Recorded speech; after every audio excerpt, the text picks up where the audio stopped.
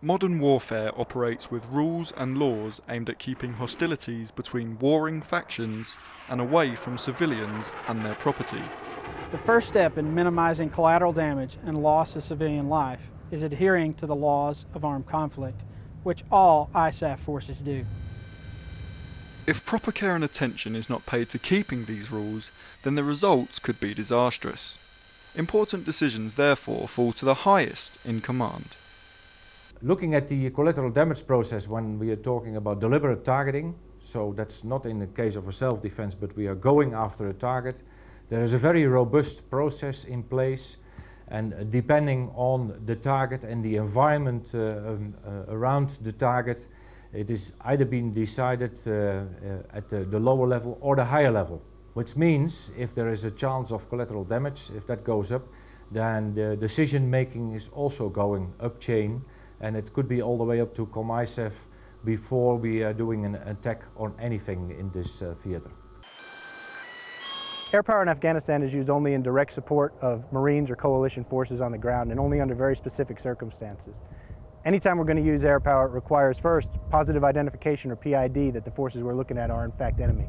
It also always requires the approval of a ground commander. ISAF forces use very precise targeting processes. Laser-guided weaponry and GPS-orientated missiles mean precision hits on targets and a very small margin for error. Targeting is an intricate process. Many things are considered.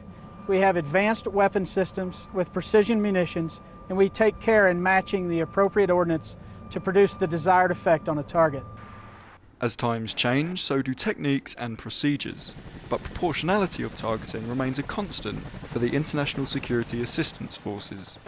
All our measures are continually under review, and as the situation changes, our response changes, and it comes back to that essential question of proportionality.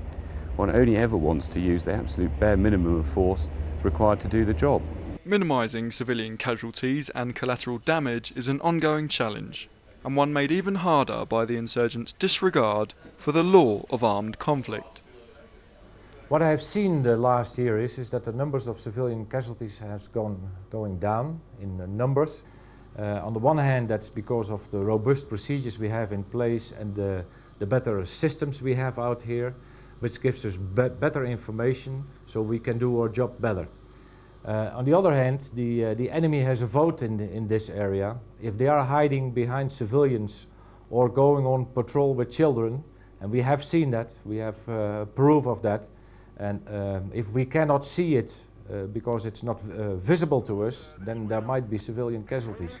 If we see it, we will never attack. Talk to my ground commander. The Taliban is also using women and children as a human shield, so we're not going to perform warning shots due to collateral damage. How copy? Copy that. ISAF is here to support the government of Afghanistan and its agents. And if the insurgents leave our forces alone and those Afghan allies, then there will be no violence here in Afghanistan at all. And that's our premise. So as I say, a trip where my Harriers come back having provided protection, but without having to use any force at all, is the perfect deterrent mission. This is William Bonnet for NATO Channel, Afghanistan.